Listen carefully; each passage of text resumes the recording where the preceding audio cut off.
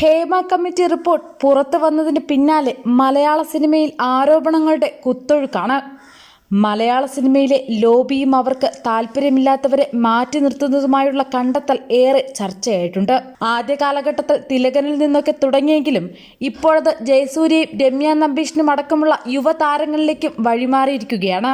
മലയാള സിനിമയെ നിയന്ത്രിക്കുന്ന സംഘത്തിന്റെ ഗൂഢപ്രവർത്തനങ്ങളിലേക്ക് ആദ്യം വിരൽ ചൂണ്ടിയത് കോമ്പറ്റീഷൻ കമ്മീഷനായിരുന്നു. പല പ്രമുഖരെയും സിനിമയിൽ നിന്ന് വെട്ടിയത് മമ്മൂട്ടിയും മോഹൻലാലും ദിലീപും അടക്കമുള്ള ലോബിയാണെന്നായിരുന്നു കേന്ദ്ര സർക്കാരിന് കീഴിലുള്ള കോമ്പറ്റീഷൻ കമ്മീഷൻ ഓഫ് ഇന്ത്യയുടെ കണ്ടെത്തൽ.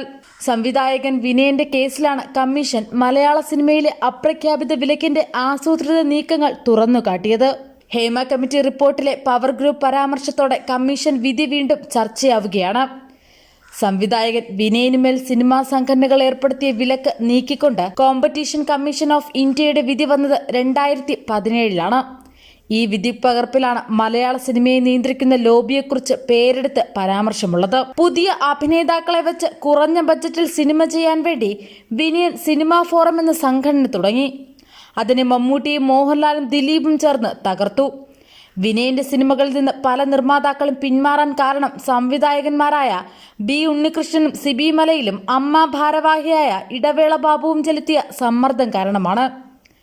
വിലക്ക് ലംഘിച്ച് വിനയന്റെ സിനിമയിൽ അഭിനയിച്ച തിലകനെ അമ്മയിൽ നിന്ന് പുറത്താക്കി. ക്രിസ്ത്യൻ ബ്രദേഴ്സ് എന്ന സിനിമയിൽ നിന്ന് തിലകനെ വിലക്കിയതിന് പിന്നിൽ മമ്മൂട്ടിയും മോഹൻലാലുമാണ്. വിനയന്റെ സിനിമയ്ക്ക് പണം മുടക്കാനെത്തിയ ഫിനാൻസറെ മമ്മൂട്ടിയും സംവിധായകൻ ജോഷിയും ചേർന്ന് പിന്തിരിപ്പിച്ചു. ഇന്ദ്രൻസിനെ പറഞ്ഞു വിലക്കിയത് അഭിനേതാക്കളുടെ സംഘടനയായ അമ്മയാണ്. മുതിർന്ന നടൻ മധുവിനെ പിന്തിരിപ്പിച്ചത് ബി ഉണ്ണികൃഷ്ണനും സിയാദ് കോക്കറും ചേർന്നാണെന്നും വിധിപകർപ്പിൽ പറയുന്നു. നടൻ ജയസൂര്യയെ വിനയനുമായി സിനിമകൾ ചെയ്യരുതെന്ന് ഭീഷണിപ്പെടുത്തി വിലക്കിയത് സിബി മലയിലാണ്. കലാസംവിധായകൻ അനിൽ കുമ്പഴയോടെ വിനയന്റെ പടത്തിൽ പ്രവർത്തിക്കരുതെന്ന് ദിലീപ് നേരിട്ട് ആവശ്യപ്പെട്ടു. പ്രതിഫലമായി നൽകിയത് തന്റെ സിനിമയിൽ പ്രവർത്തിക്കാനുള്ള അവസരമാണ്.